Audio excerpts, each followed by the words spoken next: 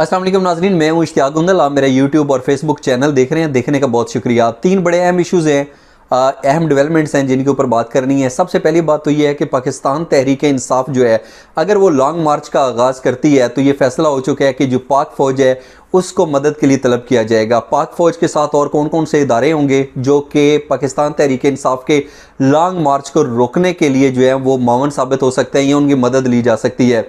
इसके साथ साथ दूसरी बात यह है कि जो पंजाब के वज़ीर दाखिला हैं हाशिम डोगर, उन्होंने कहा है कि जो पंजाब हुकूमत है वो किसी सरगर्मी का हिस्सा नहीं बनेगी। अगर पंजाब हुकूमत की तरफ से पाकिस्तान तहरीक इंसाफ को सपोर्ट नहीं मिलती तो क्या लॉन्ग मार्च कामयाब हो सकेगा। और तीसरा हम ये देखेंगे कि नवंबर के अंदर army chief general Qamar Javed Bajwa की जो मुद्दत मुलाजमत है वो ख़त्म हो जाएगी। वो मज़ीद एक्सटेंशन ले रहे हैं, नहीं ले रहे। अगर नहीं ले रहे तो मुमकिन तौर पर पाकिस्तान का नया आर्मी चीफ कौन हो सकता है। इन्हीं तीन टॉपिक्स के ऊपर हमने बात करनी है। सबसे पहले हम पाकिस्तान तहरीक इंसाफ के लॉन्ग मार्च के हवाले से बात करते हैं। फ़ौज को तलब किया जाएगा, लेकिन फ़ौज का काम क्या होगा। बेसिकली अहम इमारतें हैं, रेड जोन है और डिप्लोमेटिक इनक्लेव जो है वहाँ पर पाक फ़ौज के जो जवान होंगे, एहलकार होंगे, वो अपनी ज़िम्मेदारियों को सर अंजाम देंगे। पाक फ़ौज के साथ और कौन कौन से इदारे होंगे। पाक फ़ौज के साथ हम देखते हैं कि रेंजर्स, FC, सिंध पुलिस जो है वो शामिल होगी। और अब इस हवाले से अगर देखा जाए तो एक चीज़ बड़ी अहम है, वो ये कहा जा रहा है कि पाक फ़ौज, रेंजर्स, FC, सिंध पुलिस जो है इसके तकरीबन जो 30,000 जो एहलकार हैं वो मौजूद होंगे। 30,000 एहलकार जो हैं वो पाकिस्तान तहरीक इंसाफ के लॉन्ग मार्च को, जो भी एक रेड जोन एरिया होगा या एक उन्होंने एक रेड लाइन दी होगी, उससे अगर क्रॉस करेंगे तो इनके खिलाफ भरपूर ताकत का इस्तेमाल किया जाएगा। लेकिन इसके साथ दूसरी बात बड़ी दिलचस्प है, जो खुफिया एजेंसियों ने रिपोर्ट दी है, उन्होंने कहा है कि 20 से 25,000 लोग जो हैं वो मुमकिन तौर पर लॉन्ग मार्च का हिस्सा बन सकते हैं। अब आप खुद सोचें कि अगर 20 से 25,000 लोगों ने आना है और ये आपकी इंटेलिजेंस जो है वो कह रही है, खुफिया रिपोर्ट्स कह रही हैं, तो क्या 20 से 25,000 लोगों को रोकने के लिए 30,000 एहलकारों का इस्तेमाल किया जाता है। बज़ाहिर ऐसा नज़र आता है कि जो PDM की हुकूमत है वो किसी कन्फ्यूजन का शिकार है और ऐसा हो नहीं सकता कि 30,000 लोगों की ड्यूटियां लगाएं कि उनका काम होगा 20-25,000 लोगों को रोकना। और इमरान खान साहब ने भी कहा है कि जो लोगों का समुंदर आएगा ये उसको नहीं रोक सकेंगे।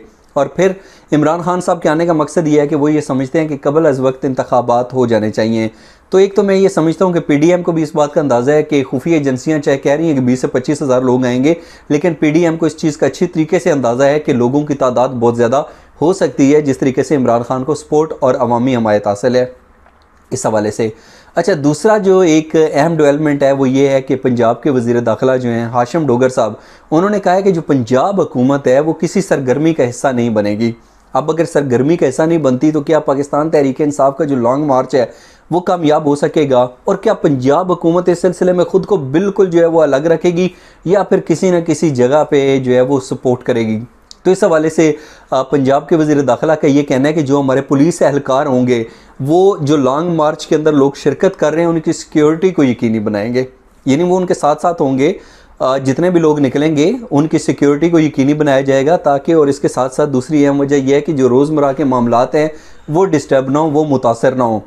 लेकिन इसके साथ उन्होंने ये भी क्लियर कहा कि अगर किसी जगह के ऊपर जो है ये लॉन्ग मार्च वाले लोग आ रहे हैं और रास्ते में कंटेनर्स लगे हुए हैं, तो उनका ये कहना था कि वो जो पुलिस होगी वो कंटेनर्स नहीं हटाएगी, उसका काम रास्ता क्लियर करना नहीं होगा, बल्कि वो सिर्फ़ और सिर्फ जो है वो सिक्योरिटी के जो मामलात होंगे उसको यकीनी बनाएगी। और इसके साथ साथ उन्होंने ये भी कहा है कि जो पंजाब पुलिस है, पंजाब के अंदर क्योंकि पाकिस्तान तहरीक इंसाफ की हुकूमत है, परवेज़ इलाही साहब हैं, और उन्हीं की वजह से जो है हम देखते हैं कि जो पंजाब हुकूमत है उसके हवाले से हाशिम डोगर साहब ने ये कहा है कि जो पंजाब पुलिस है वो इस्लामाबाद पुलिस के साथ लड़ाई नहीं करेगी।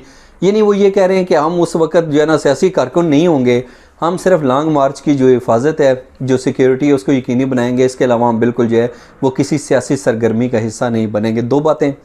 अच्छा, तीसरी बात जो है, army chief general Qamar Javed Bajwa साहब जो है ना वो एक फ़ैसला कर चुके हैं कि 29 नवंबर को जब उनकी मुद्दत मुलाजमत ख़त्म हो रही है तो वो इसके बाद कोई एक्सटेंशन नहीं लेंगे।